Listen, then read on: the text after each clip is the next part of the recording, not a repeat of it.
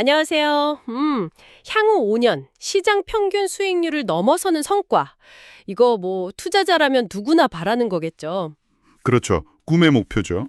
근데 현실은 아시다시피 만만치가 않습니다. 뭐 여러 연구들을 봐도 시장을 꾸준히 이긴다는 게 전문가들한테도 참 어려운 일이잖아요. 네, 맞아요. 정말 어렵습니다. 특히 그 단기 시세 차익 노리는 거, 소위 데이 트레이딩, 이거 변동성도 너무 크고 통계적으로 보면 장기적으로는 손실 보는 경우가 훨씬 많다고 하더라고요. 네, 위험성이 크죠. 그래서 오늘 저희는 좀 다른 관점에서 접근해 보려고 합니다. 그러니까 탄탄한 기본기, 또렷한 미래 성장 동력, 이걸 가진 기업을 찾아서 좀 길게 보고 함께하는 전략인데요. 장기 투자 관점이군요. 네. 구체적으로는 앞으로 한 5년 정도 봤을 때 시장을 좀 능가할 가능성이 있다. 이렇게 분석된 바이오테크 기업 두 곳, 악섬 테라퓨틱스하고 엑셀릭시스. 이 두 회사를 좀 깊게 파고들어 보려고 합니다. 네, 좋습니다. 그 장기적인 관점에서 기업의 어떤 본질적인 가치, 또 성장 잠재력, 여기에 집중하는 거 중요하다고 생각합니다. 그렇죠. 오늘 살펴볼 악섬 테라퓨틱스, 그리고 엑셀릭시스, 이 두 회사가 바로 그런 면에서 좀 흥미로운 부분들이 있거든요.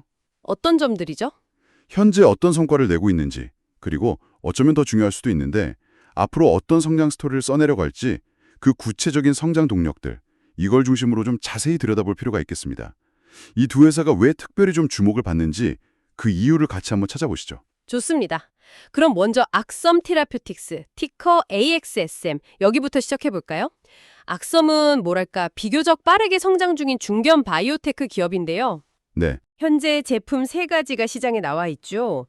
주요 우울장애 치료제 오벨리티, 그리고 급성 편두통 치료제 심브란보.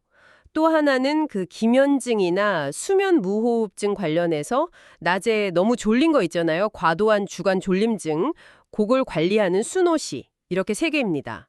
네, 라인업이 있군요. 특히 최근 재무 성과가 아주 눈에 띄던데요. 2분기 매출이 1억 5천만 달러? 이게 작년 같은 기간보다 무려 72%나 늘었어요. 와, 72%요? 대단하네요. 네. 이 놀라운 성장의 중심에는 그 오벨리티가 있다고 하더라고요. 이게 핵심 역할을 하고 있습니다. 맞습니다. 그 오벨리티는 기존 항울제랑은 좀 작용 방식이 다르거든요. 그래서 효과가 좀 빨리 나타난다. 이걸 특징으로 내세우면서 시장에서 반응이 꽤 좋아요. 빠른 효과. 네, 우울증이라는 게 뭐 전 세계적으로 수백만 명한테 영향을 주는 심각한 질환인데 기존 치료제에 잘 반응하지 않거나 아니면 부작용 때문에 힘들어하는 환자들이 꽤 많다는 점에서 오벨리티의 등장은 의미가 크죠. 그렇겠네요. 근데 악섬의 성장 스토리는 이게 다가 아닙니다. 미래 잠재력을 얘기할 때는요.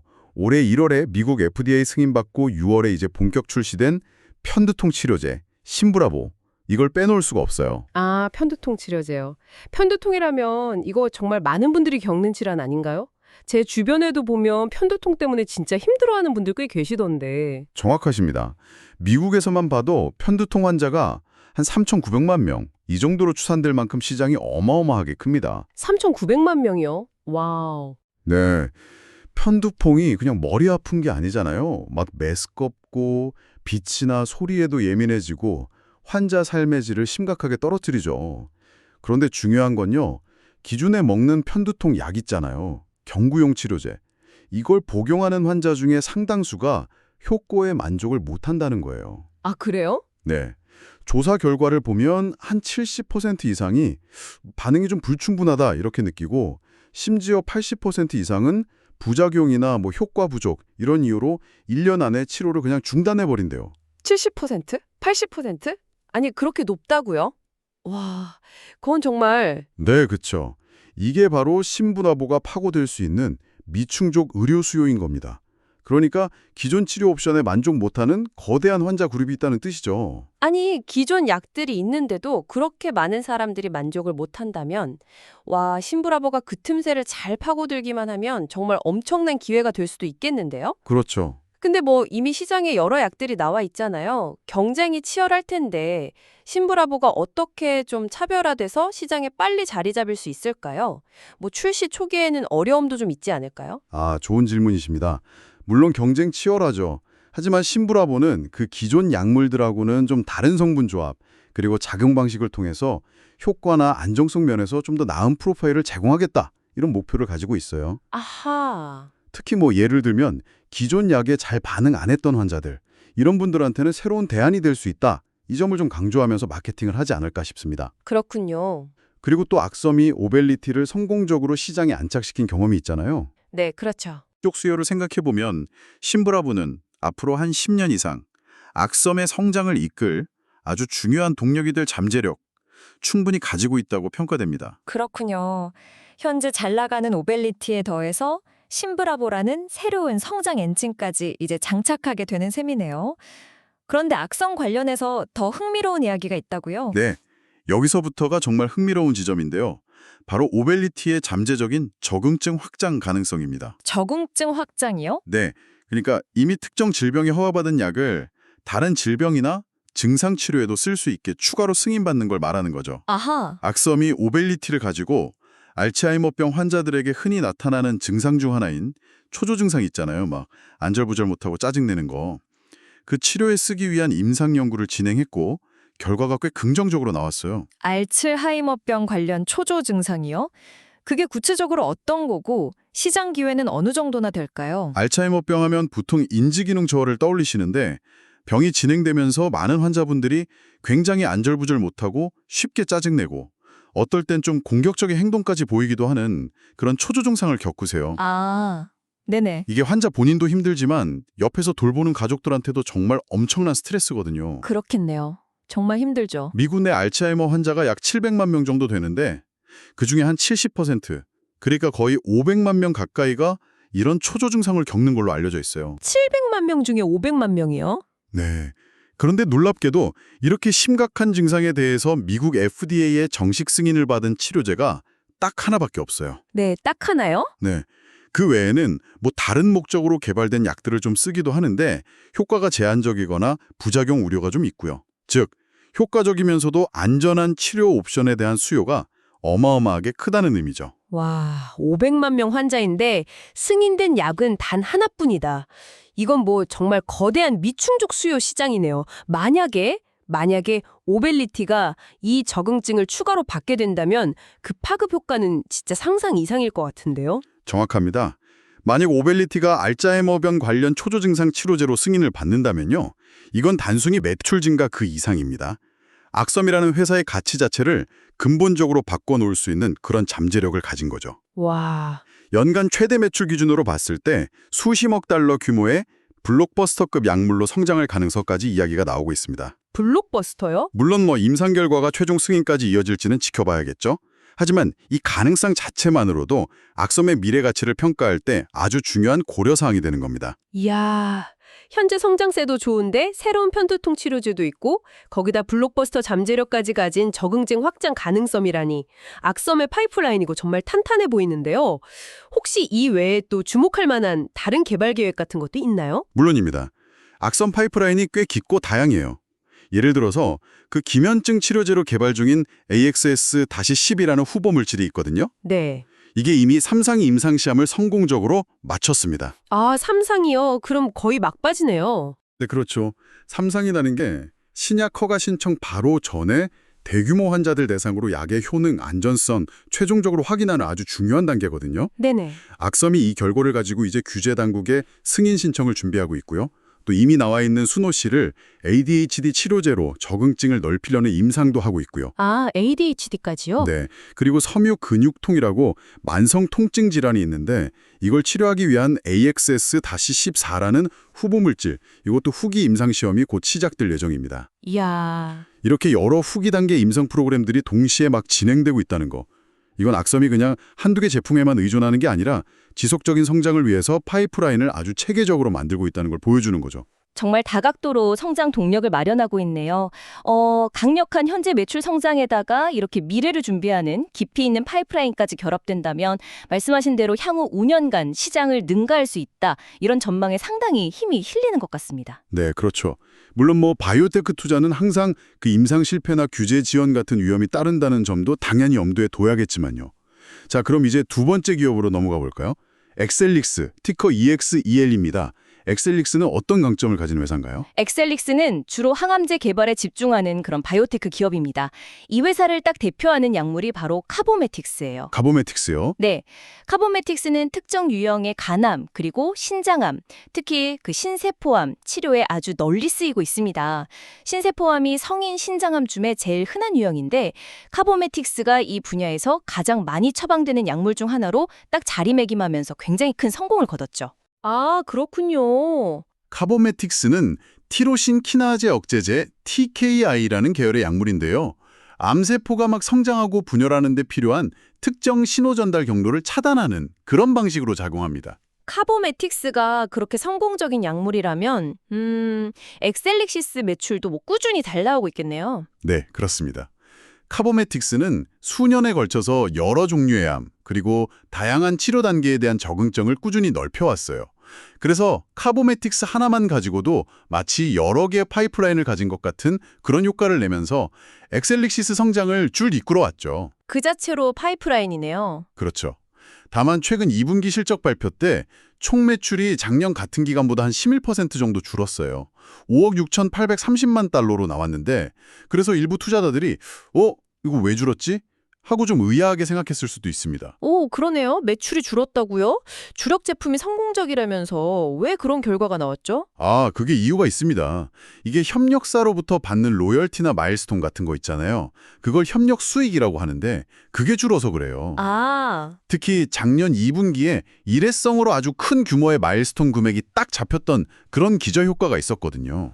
작년에 일회성 수익이 껐군요. 네, 그래서 총 매출은 줄어든 것처럼 보이지만 실제로 엑셀릭시스가 직접 제품 팔아서 번 돈, 순 제품 매출은 오히려 작년 같은 기간보다 19% 늘었습니다. 5억 2천만 달러를 기록했어요. 아하. 즉, 핵심 사업인 카보메틱스 판매는 여전히 아주 탄탄하게 성장하고 있다는 의미입니다. 그렇군요. 그 전체 숫자에 가려진 세부 내용을 잘 봐야 하는 거네요. 핵심 제품 판매는 오히려 늘었다니 다행입니다. 그런데 카보메틱스처럼 성공적인 약물도 언젠가는 그 특허 만료되고 제네릭 경쟁에 부딪히게 되지 않나요?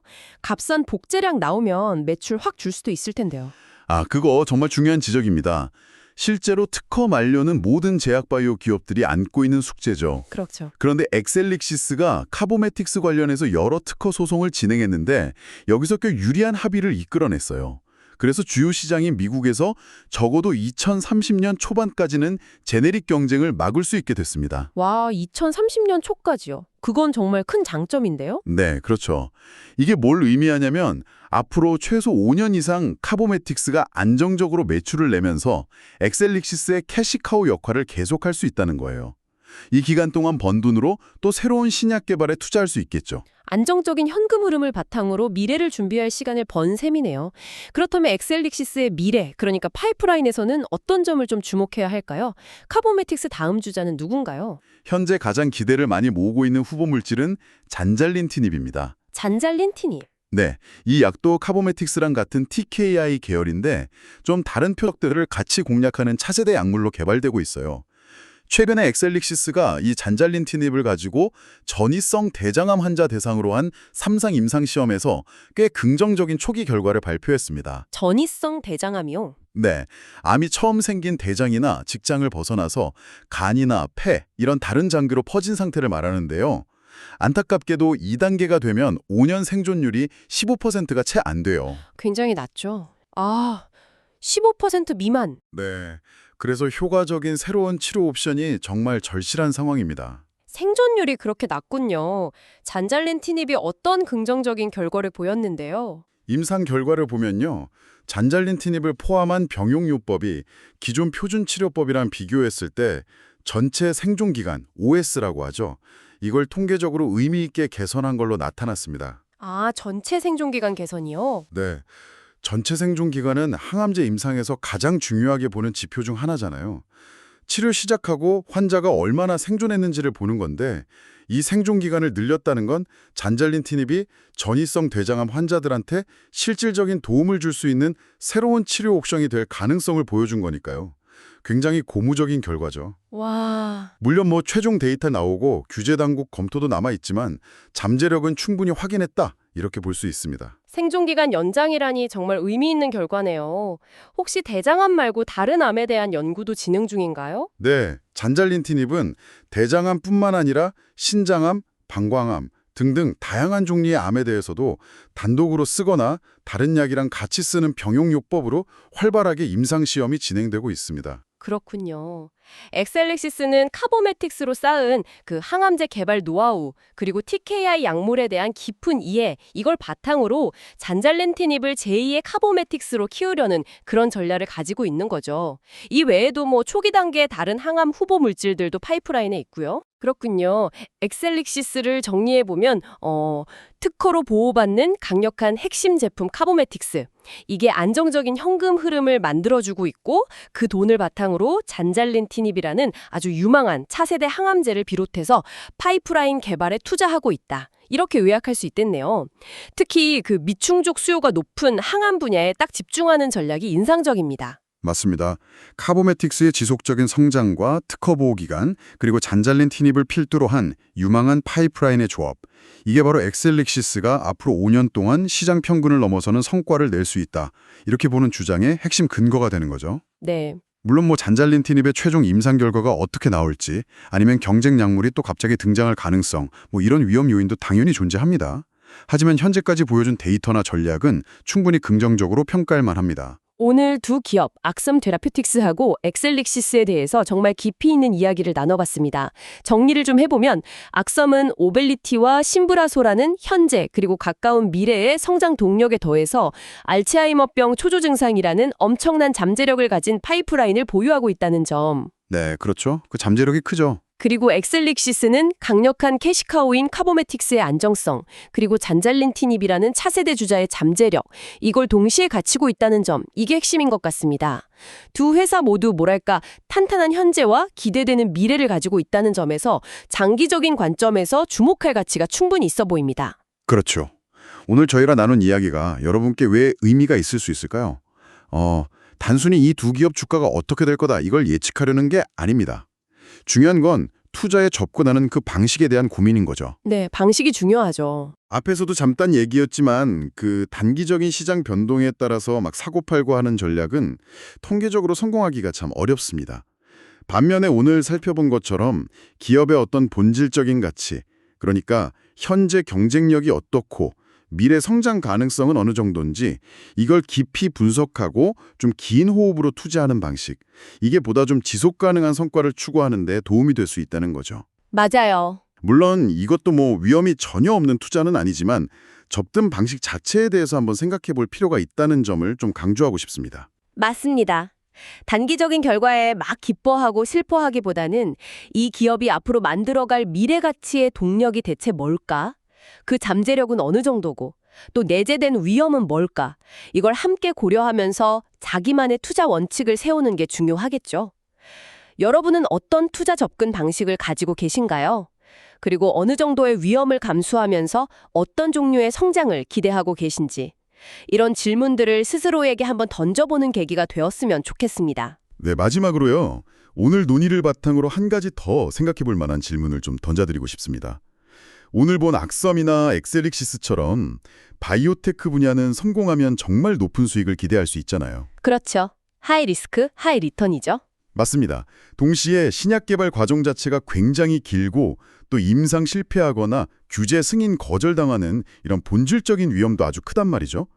그렇다면 여러분의 전체 투자 포트폴리오 안에서 이런 잠재적인 고수익, 고위험 투자의 매력, 그리고 전체 자산의 안정성을 위해서 위험을 분산해야 할 필요성, 이 사이에서 어떻게 현명한 균형점을 찾아가야 할까요? 이것이 오늘 우리가 함께 고민해 볼 마지막 질문입니다.